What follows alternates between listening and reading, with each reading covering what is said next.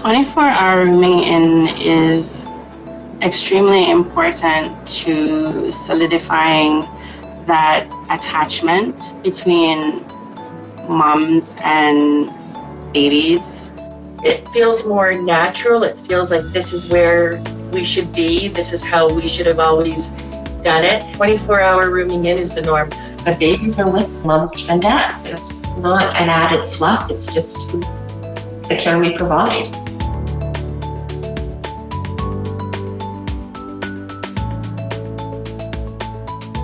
"24-hour rooming in is keeping the mom and the baby together along with the partner and extended family so that there is no unnecessary separation.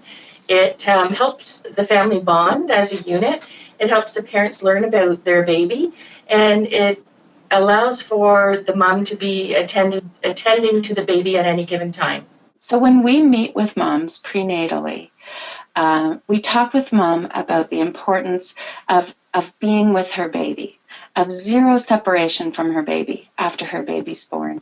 And we let her know that it's okay for her to ask that her baby not be separated from her.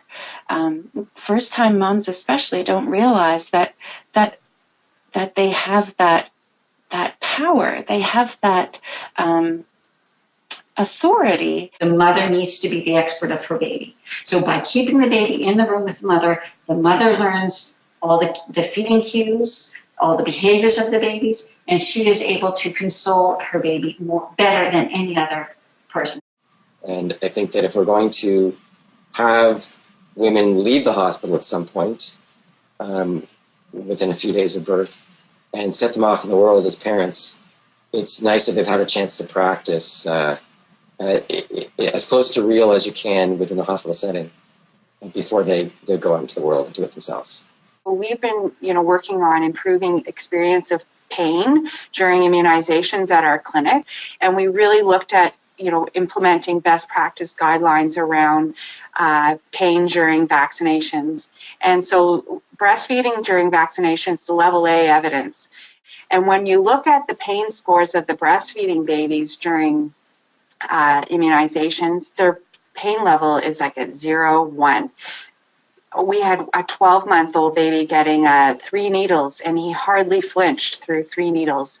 If you look at a non-breastfed baby who's getting needles, and they've used topical anesthetic, they've used sucrose water, we've tried the best, non-breastfeeding methods to reduce their pain, you'll get pain scores at 3, 4. So there's something in breastfeeding that we cannot duplicate. It's that human factor. So what we're finding is that babies that are kept skin to skin are much less likely to experience the same amount of pain as babies that have been separated from mom. So we're using it when we're doing the Ontario newborn screenings, when we're checking bilirubins, if baby needs a blood sugar, so that they can get that added benefit of pain control. There's been some work now with the lab to have babies breastfeed 5 minutes before the lab comes to draw the blood sample from the heel, and that the baby continues to breastfeed during the heel prick to reduce the pain.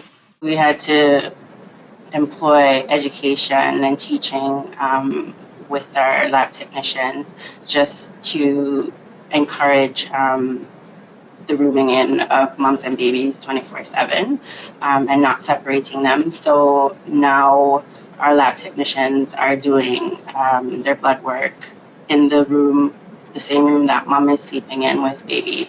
So anytime you do a change like that, change can be difficult. And I think initially people thought, well, this is just going to make our job a little more challenging.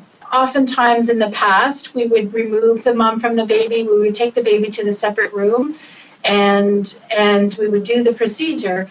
But what we're finding now, we used to have a whole treatment room for doing blood work and things like that. And we've actually been able to get rid of our treatment room. We no longer have one because we're really encouraging that moms and babies stay together and that they go through those experiences together. In the situations where a baby might be ill and need special care, then at that point we may have to take baby into the special care nursery to administer interventions, or if we're transferring out. But even in those cases, we always encourage the mother or father or whoever is available to come and be with the infant at that time as well.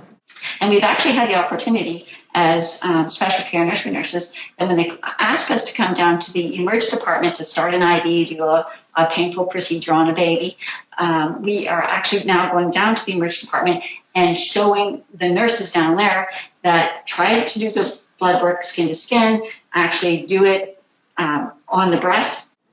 Probably one of the biggest challenges is the lack of private rooms in most hospitals these days. So having 2 moms, 2 babies, 2 partners, and extended family in the same room can sometimes be a little crowded. We do have a 24-hour non-restrictive visiting policy here. So we try our best to involve everybody in the care and to make sure that there's room for one another. We have some sleep chairs that we have for dads and partners to stay over, but we really focus on making sure that the mom and baby remain together. When babies are fussy, which sometimes they are during the day or during the night, there are family members in the room that could give the mom a break so that the mom and baby can stay together and the partner or the other family member can tend to the needs of the baby or even do skin to skin with the baby while the mother's sleeping. It really is a time for mom and partner and baby to be bonding together. And our organization has really made valiant efforts to make sure that all moms are included, regardless of their choice of feeding. The BFI initiative has certainly enhanced the patient experience. I very rarely get comments about inconsistent information about breastfeeding. When I look around in the rooms and I see moms and I see babies together, they're always skin to skin.